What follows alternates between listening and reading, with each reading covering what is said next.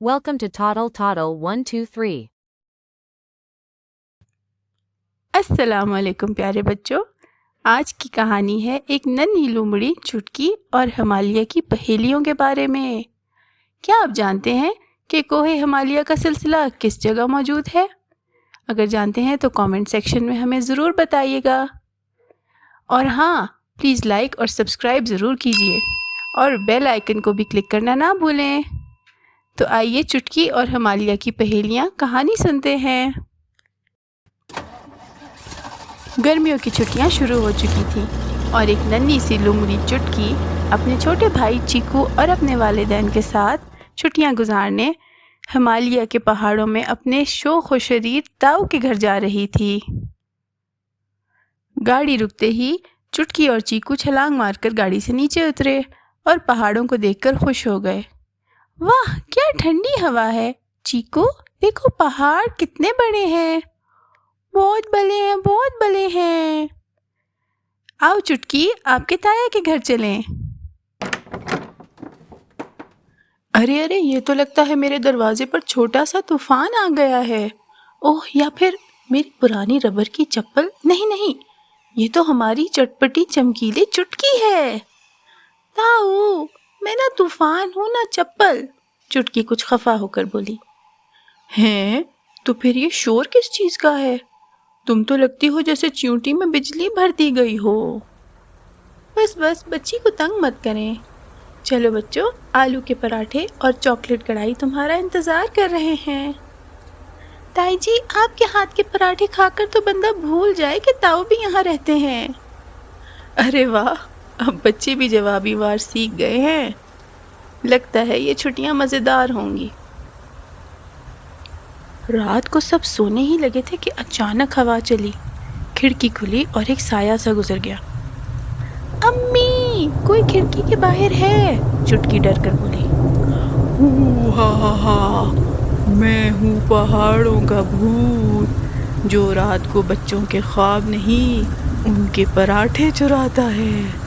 ख़ास तौर पर उन बच्चों के जो दिन भर बोलते रहते हैं, जैसे किसी ने उन्हें आवाज़ पे लगा दिया हो।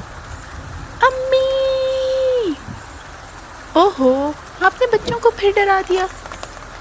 अरे नहीं जी, मैं तो सिर्फ चुटकी को बता रहा था कि भूत भी शोर से तंग आ जाते हैं।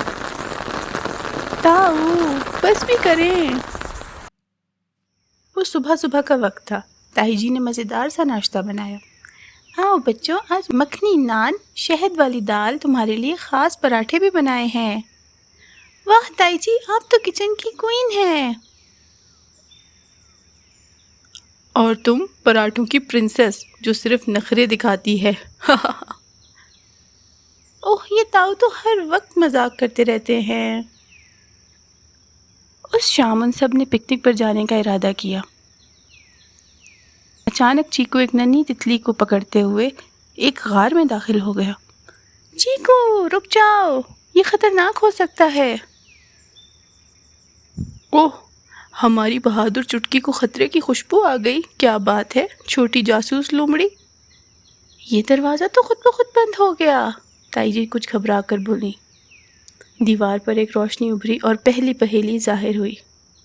मेरे पास मुंह नहीं, पर मैं बोलती हूँ। गूंज, इको। वाह, छोटी लोमड़ी ने बड़ी बात कही। पहला दरवाज़ा खुल गया।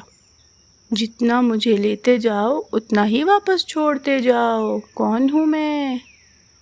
ये तो मेरे कदमों जैसा है, जो हमेशा पछतावा छोड़ते हैं, मतलब निशान छोड़ते हैं।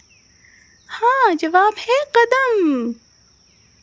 दूसरा दरवाज़ा भी खुल गया।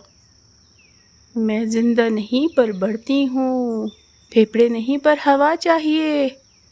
एक ही फूंक से ख़त्म हो जाती हूँ, पानी से भी डर जाती हूँ। कौन हूँ मैं? अचानक चीकू ने करीब पड़ी मोमबत्ती बुझाई। आग, जवाब है आग, चुटकी चिल्लाई। अरे वाह, आज तो सभी जवाब चुटकी दे रही है। मैं तो सिर्फ खड़े होकर तालियां बजा रहा हूँ। तीसरा दरवाज़ा खुलते ही सब गार से बाहर आए। सामने एक हसीन वादी थी।